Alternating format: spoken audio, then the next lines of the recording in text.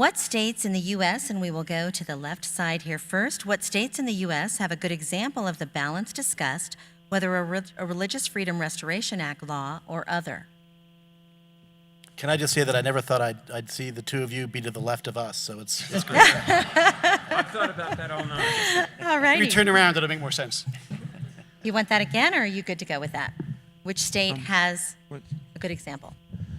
You know, in 1993 in Vienna, Virginia, when then President Bill Clinton announced the first Religious Freedom Restoration Act, he said, he was speaking at a high school, and he said, freedom of religion is our first, most fundamental right.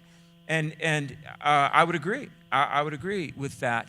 And again, our Constitution, our Bill of Rights, our laws, our culture really make no sense when these rights are curtailed, if not eliminated.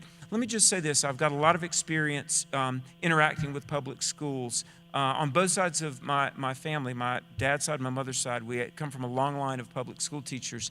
When even one lawsuit is threatened, or when even one conflict arises and it makes the local paper, public school administrators are just, they're very nervous Nellies.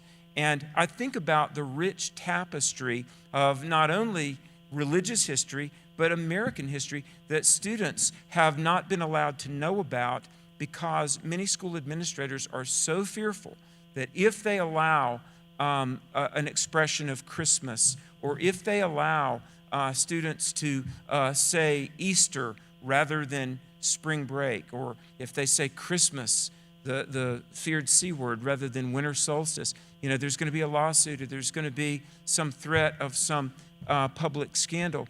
I meet young people that they don't know about Martin Luther, and that this year, 2017, is the 500th anniversary of the Protestant Reformation.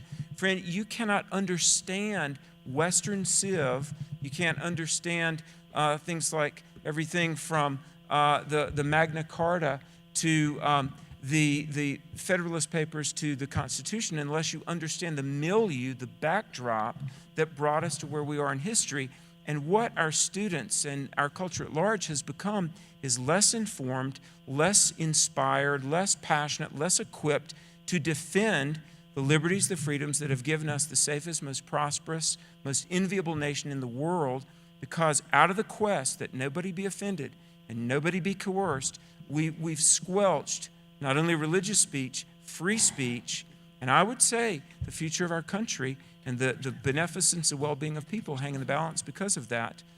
We don't want to coerce anybody. We don't want to infringe on anybody's rights, but we must be allowed to freely express. Now, which states are honoring that freedom? I don't know, but not nearly enough. Just quickly, I think about 20 states or so have a mini RFRA. I don't know all those statutes, but what I would say is that if the more closely modeled they are on the federal RFRA, the better, because the federal RFRA was a very strong bipartisan approach that involves a sensible balancing test so that you weigh the rights out against each other. And on the right, if you would like to reply.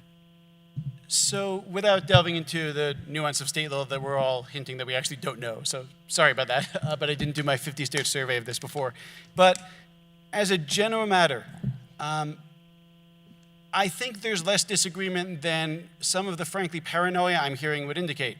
So the idea that you can't say anything for fear of offending people is just not the law, and it's not even what the left asserts. So let me read you some ACLU press releases. ACLU of New Jersey joins lawsuit supporting second graders' right to sing Awesome God at talent show. ACLU supports right of students to distribute Christian literature at school. ACLU files appeal on behalf of Christian prisoner barred from preaching at religious services. ACLU supports students' right in Colorado from wearing Christian symbols to school. A Colorado Springs school said you had to wear them underneath clothing.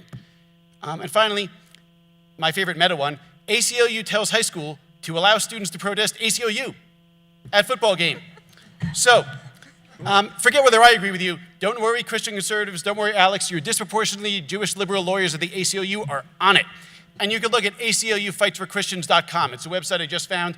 I don't know who did it, but it links to actual ACLU press releases. So I have no idea what country you're talking about when you say that there is actually a law in America that you can't express yourself as a Christian at school. It's just not the law. And again, back to 10 Commandments, it drives me a little nuts. If you think that the 10 Commandments that says, thou shalt have no other God is not religious, I have trouble dealing with reality with you. But if you think that's okay, if you think a courtroom can say, thou shalt have no other gods, then logically, your position is that a courthouse and a courtroom can have a sign that says, thou shalt have no gods, Alex. You may have no gods in this courtroom. And you would be the first one to cry this is discrimination against Christians. Heck, most of your examples are less bad than the sign that says, thou shalt have no gods.